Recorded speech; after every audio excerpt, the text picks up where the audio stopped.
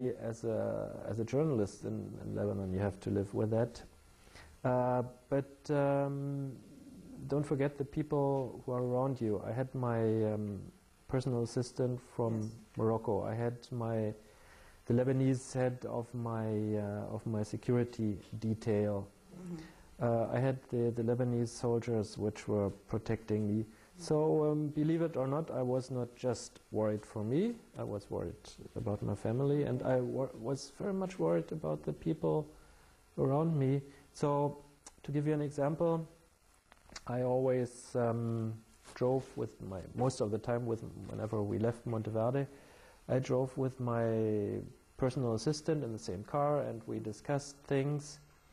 When I returned in December, because of the threat level, I told her not to stay with me in the same car, so that she would have a chance to survive.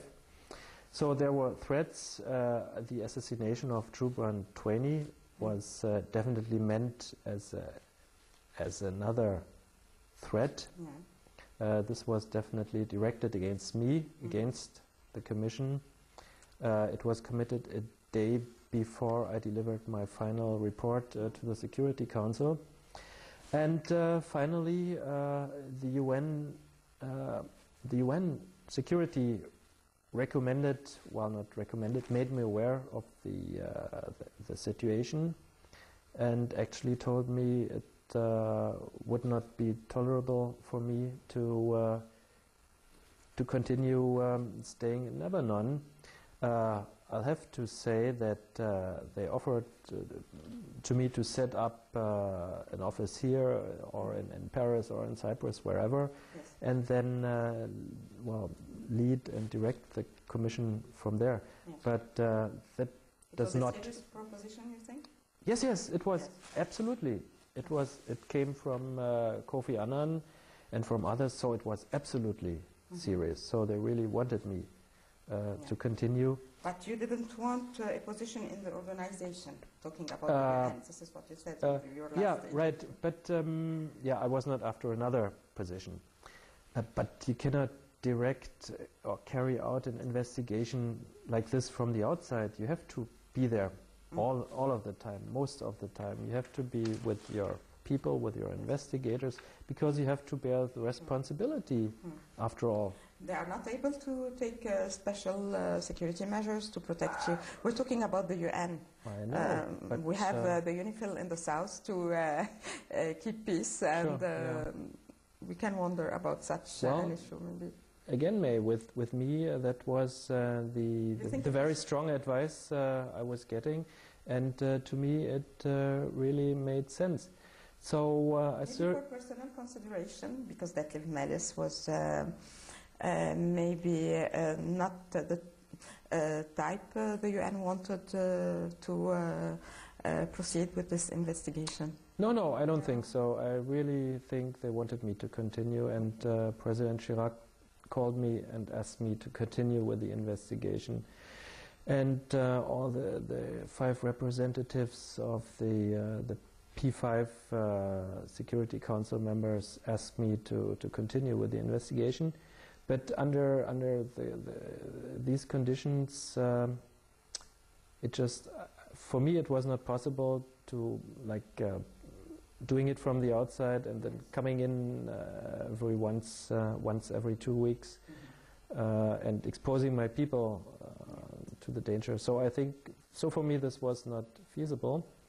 And as for personal threats and my successor, so after, you may remember that after the assassination of jor2a, there was a letter out by some Islamic group, and it said, well, originally Mr. Melis was our target, but he was smart enough to leave the investigation.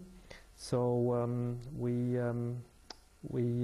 picked out jor2a, and it continued by saying that we hope Mr. Melis' successor will be smarter. So maybe he was. He was smarter? I don't know. I don't know. Okay, we'll get Okay. back to this point afterwards. But what do you think you were really able to achieve from April 2005 till January 2006? And when you're saying right now that you left the country because you were threatened, and the extremists, maybe this notice you were talking about, they chosen at the end jor2a, so they needed a target. How would you comment on that? And the cycle didn't stop. No, it didn't stop. I had hoped it would stop, but it did not. But again, I'll have to emphasize that there were also professional reasons. I never, don't forget, May, that I never applied for this job. Yes. I was asked if I would do it for a period of up to 6 months. And to me that worked out with my job here, and my office had to release me provisionally. So I wasn't, until the end, I wasn't really prepared that this thing would go on, well, not forever, but for some time. But to go back to the 9 months you spent in Lebanon from April 2005 till January 2006, what did you reach during this period? Because you put maybe your finger on some basic elements, and we felt that we were maybe at a certain point so near to discover the truth. And then what did we achieve? And we, as I'm always emphasizing, is not Mr. Melis, who was the head of this group of more than 100 persons, but we were investigators, prosecutors, police officers from 17 countries from all over the world. So what did we achieve? I think one thing we did achieve. So the first important thing to me was that the Commission had to be respected and accepted by the Lebanese public. So the first step was to build up trust in the investigation. So I still remember 2 weeks after we had started, with a very limited staff, couple of investigators, there was an interview by Walid Jumblat claiming that the investigation didn't proceed fast enough, and publicly asking, what is this UN Commission doing, being very skeptical. Yes.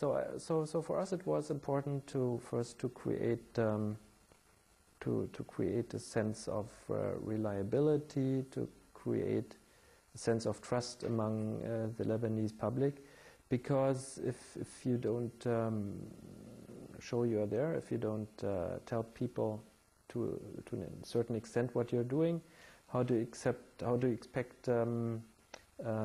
witnesses to approach you? That's why I did this first conference, press conference, showing the Mitsubishi truck, telling people that it was a below ground explosion, and so on and so forth, because people really had to see, and people wanted to see, what is this UN investigation doing in our country. So that was what we had to establish in the first place. You think you were able to draw irrefutable conclusions on the modus operandi of the assassination? Did you have a clear idea about those who stand behind it?